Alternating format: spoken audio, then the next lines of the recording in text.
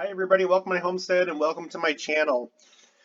In this video, we're going to continue talking about astrology and things that are like astrology, simply because that's something that has recently been brought up with another YouTube channel, and a lot of members of the church are showing a lot of interest in it, and I just want to do my part to stand up for the truth and what's right. And it's not to cause contention, but it's to help those that are genuinely confused realize that those are things that we should not play around with. We shouldn't be listening to people that practice these kind of things.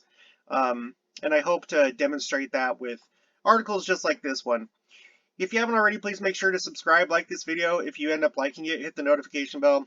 Please share this because there are those that are listening to that YouTube channel and the guests that they've had on that is all into this, and there's people that I think are genuinely confused. If you'll remember, recently in conference, October 2021, President Nelson asked us to, in the conference, look for pure truth, pure revelation, and the pure doctrine of Christ. Okay, I think that that's just generally something that we should do, not just within that conference, but right now with how the world is, and with these kind of weird ideas that are creeping in. And you know, this has been around for a long time, but again, there's been a little spike here recently on YouTube, and I just want to do what I can to help clarify the church's stance on this and what we should do as Latter-day Saints in regards to this topic. So this is what the scriptures say about astrology, divination, spirit mediums, magic, wizardry, and necromancy. This is by Robert J. Matthews. Let's look him up really quick. Robert J. Matthews. Robert J. Matthews was a Latter-day Saint religious educator and scholar, teaching in the departments of ancient scripture and religious education at BYU in Provo. Okay, so that's who wrote this. This is in the Ensign, March 1974. Okay, I'll put the link below so that you can go check this out yourself. But I'm going to go over this whole article, and I haven't read it yet, so let's just see what it says. In recent years, there has been increased interest throughout the Western world in the occult. Now, let's look up the definition of occult. I already know what it means, but just for the sake of this video, the occult means supernatural, mystical, or magical beliefs, practices, or phenomenon. It also, I believe it literally means hidden, but usually when we're talking about the occult, we're talking about these things: supernatural, mystical, or magical beliefs, practices, or phenomena. Okay? So in 1974, and we all know, right, because just years before this is kind of like when the whole hippie movement started, and so the New Age kind of came about, and so you'll find a lot of articles from the 1970s dealing with astrology. Okay, so the Western world in the occultic and mystical type religions. This is not a revival of the spirituality characteristic of the ancient patriarchs and the prophets of Israel, but is a type of magic and spiritualistic wizardry that the true prophets vigorously opposed. True prophets vigorously oppose.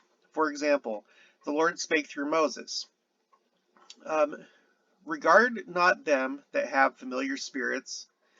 And I think that's talking about necromancy, like people that believe that they can speak to those that are on the other side of the veil in order to communicate or receive special knowledge, whatever. So, regard not them that have familiar spirits, neither seek after wizards to be defiled by them. Defiled. I am the Lord your God. Leviticus 19:31. And also, when thou art come into the land which the Lord thy God giveth thee, thou shalt not learn to do after the abominations of those nations. There shall not be found among you any one that maketh his son or his daughter to pass through the fire, or that useth divination. Let's look up divination. What is divination? Which, again, I already know, but I just want to show you guys. And okay, divination, the practice of seeking knowledge of the future or the unknown by supernatural means. Okay, so think about if you've been watching that channel and that guest, think about how they've been talking about planets and how, you can basically know the future. That person argued, well, it's like a weather forecast. It's like blah, blah, blah, blah, blah. But I don't believe it is, and I think that kind of falls under this a bit. The practice of seeking knowledge of the future or the unknown by supernatural means. Okay. Or an observer of the times. Okay, that sounds like that person. Or an enchanter, or a witch, or a charmer, or a consulter with familiar spirits, or in other words, necromancy, or a wizard, or a necromancer. These are basically the same thing. Anyway, for all those who do these things are an abomination unto the Lord, and because of these abominations, the Lord thy God doth drive them out from before thee.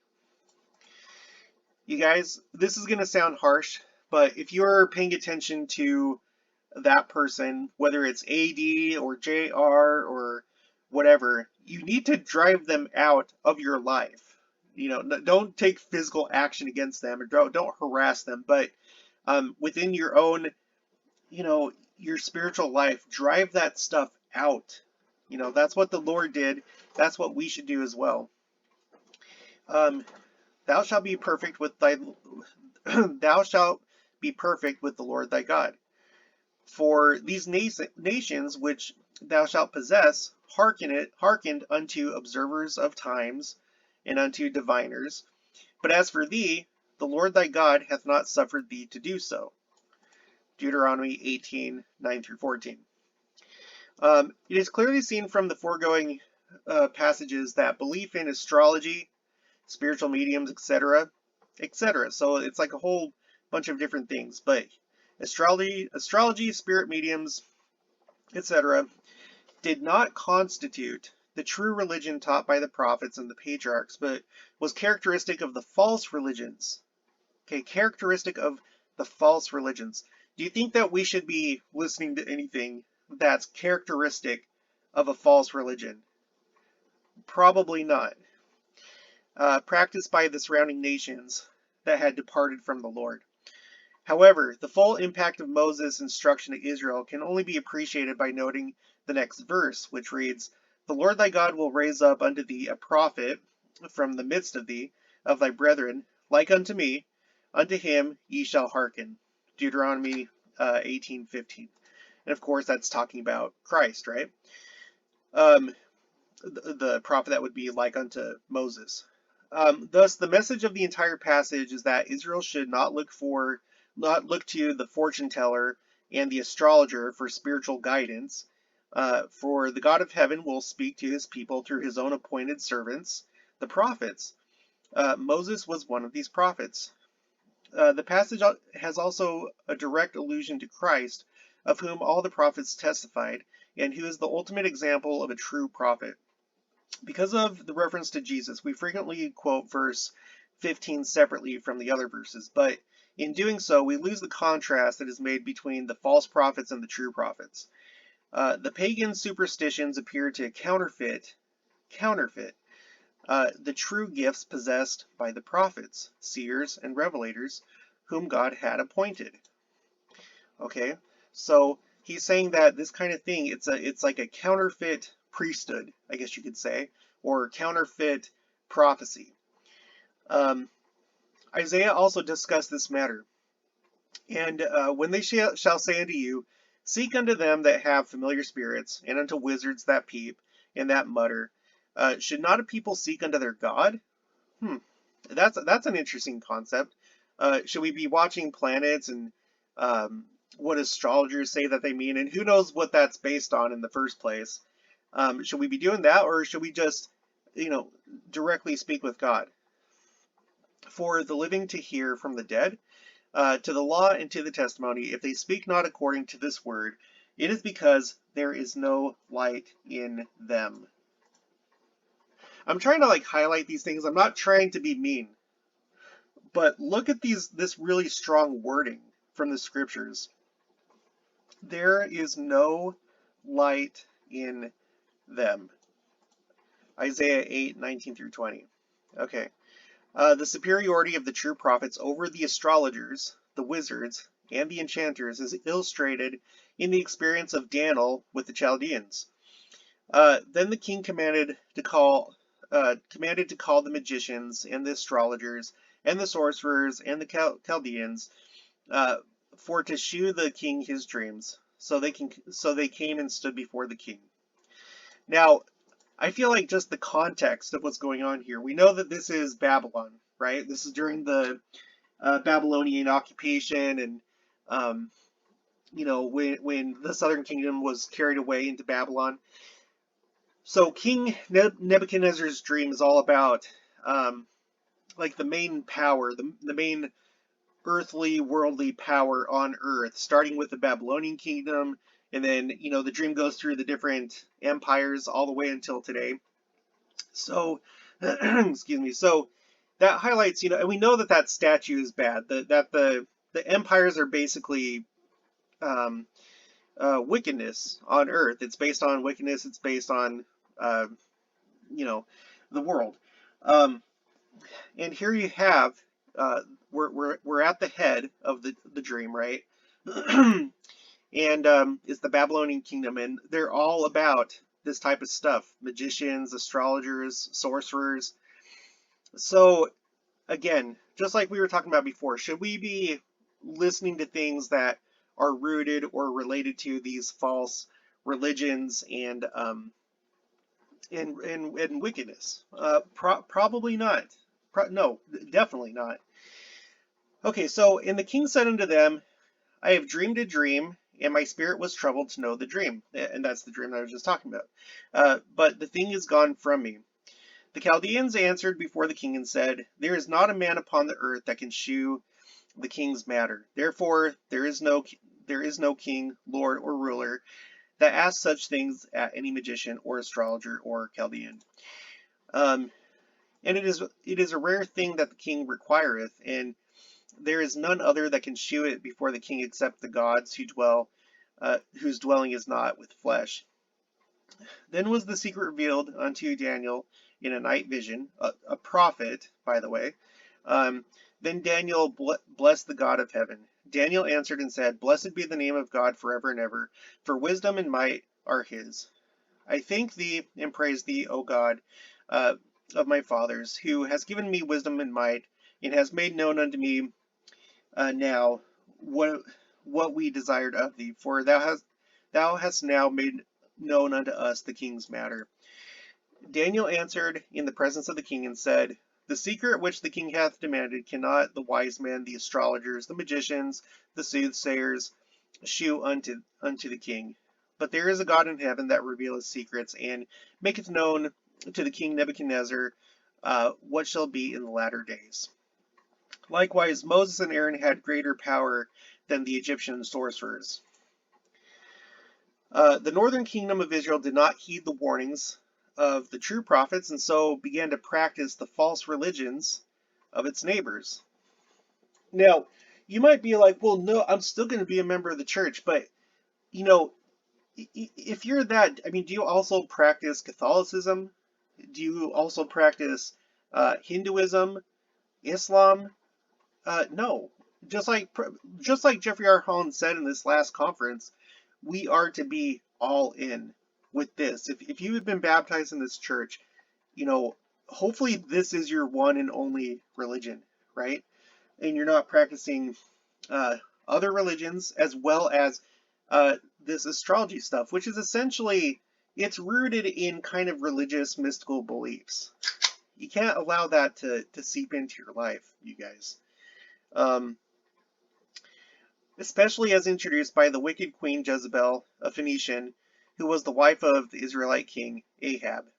That these false religions included divination and enchantments is learned from 2 Kings 17:16 through 18. And they left all the commandments of the Lord their God, and made unto them molten images, even 2 calves, and made a grove and worshipped all the hosts of heaven and served Baal.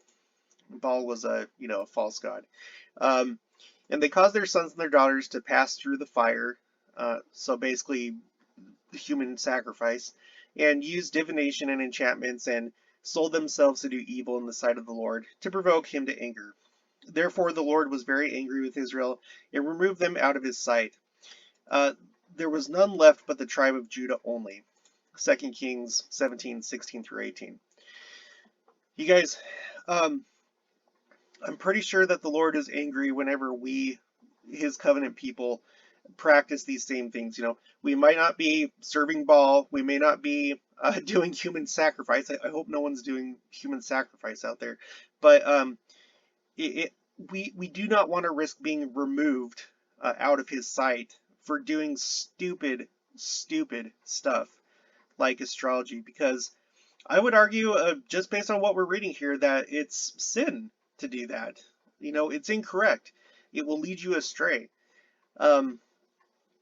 Okay, so as a result, Israel soon fell to the strength of the conquering Assyrian army. We know that we're in the last days right now. The second coming is coming close. If you're watching this channel, you know that this channel is primarily about the second coming. Do you really think that right now is a time that you want to dabble in these kind of things? Do you think that Christ, when he comes, he's going to give you a high five and be like, yeah, you sure understood astrology really good, and you figured it out? No, I don't think he's going to be very happy about that. Nearly a century later, good King Josiah sponsored a much needed reform in the southern kingdom of Judah, and we read that he, quote, put down the idolatrous priest and them also that burn incense unto Baal, to the sun, and to the moon, and to the planets. Moreover, the workers with familiar spirits, and the wizards, and the images, and the idols, and all the abominations that were spied in the land of Judah and in Jerusalem, did Josiah put away, that he might perform the words of the law which were written in the book that Hilkiah the priest found in the house of the Lord. End quote. So I'm thinking right now that people like AD, JR, and others that are engaged in quote unquote energy healing and talking about chakras and using crystals and all into astrology, if they were living here during the time of King Josiah, I think that they probably would have been put away. And I don't know exactly if that just meant people went to jail. I don't know if that meant some kind of punishment. I don't know. But I'm thinking that for people like that, it probably didn't turn out very well for them. And he was doing a righteous thing, right? In New Testament times, while Paul was doing missionary work on the island of Cyprus, Elymas, quote, a sorcerer, a false prophet, end quote, not only withstood Paul's teaching himself, but sought to turn away the deputy of the island from the faith. Then Paul, filled with the Holy Ghost, set his eyes upon him and said, O full of the subtlety and all mischief, thou child of the devil, thou enemy of all righteousness, wilt thou not cease to pervert the right ways of the Lord? That is some pretty strong talk right there. That is some pretty strong talk right there to this sorcerer and false prophet, right? And again, I know that AD and people like that are going to argue, well, I'm not trying to be a prophet, but if you watch my last video about this, when you look at astrology, it takes you to, like in the Topical guide, it says, see sorcery, right? It's all the same thing.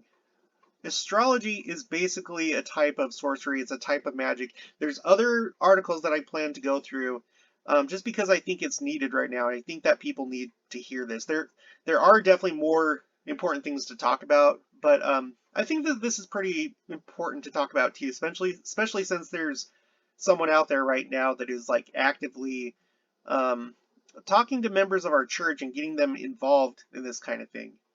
That are perverting the right ways of the Lord. So there can be no mistaking how Paul felt about this representative of sorcery, and I would add astrology. Later, at Ephesus, Paul's preaching resulted in a conversion of many people to the gospel of Jesus Christ, insomuch that many that believed came and confessed and shewed their deeds. Many of them also, which used curious arts. Curious arts. Energy healing. That's kind of a curious art. Brought their books together and burned them before all men, and they counted the price of them and found it 50,000 pieces of silver. So mightily grew the word of God and prevailed. Acts 19:18 through 20. Okay, so when these people came into the true fold of the Lord, they no longer had any desire or need for the books of quote-unquote curious arts, which apparently were the manuals of false religious crafts. I'm going to stop right there. Okay, so this astrologer and energy healer, that interprets what, the planets mean. Where does that information come from? Who standardized that? Where can you go? If I wanted to become an astrologer, where would I go to learn these things? I'm assuming that it's probably written down in books, right? And maybe manuals.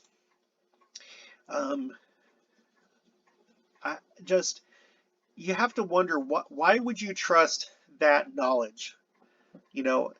Where does it come from? Where is it rooted? Okay, so willful participation in these forms of superstitious worship is sinful, as Samuel the prophet counseled King Saul. Rebellion is as the sin of witchcraft, and stubbornness is as iniquity and idolatry. 1 Samuel 15:23. The biblical record also shows that when Saul lost the Spirit of the Lord, he became involved in spiritualism, and you'll remember that it had to do with he was at war. Israel was at war, and he was looking for advice and wanting to know what to do. So he went to this spiritual medium.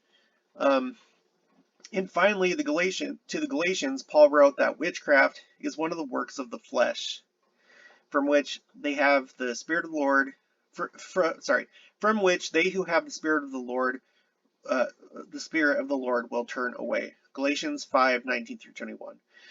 The scriptures show that the enchantments and the spells of the wizard, the medium, and the necromancer are characteristic of the false religions and superstitions of the world, and that those who practice such are actually in competition with true prophets and apostles.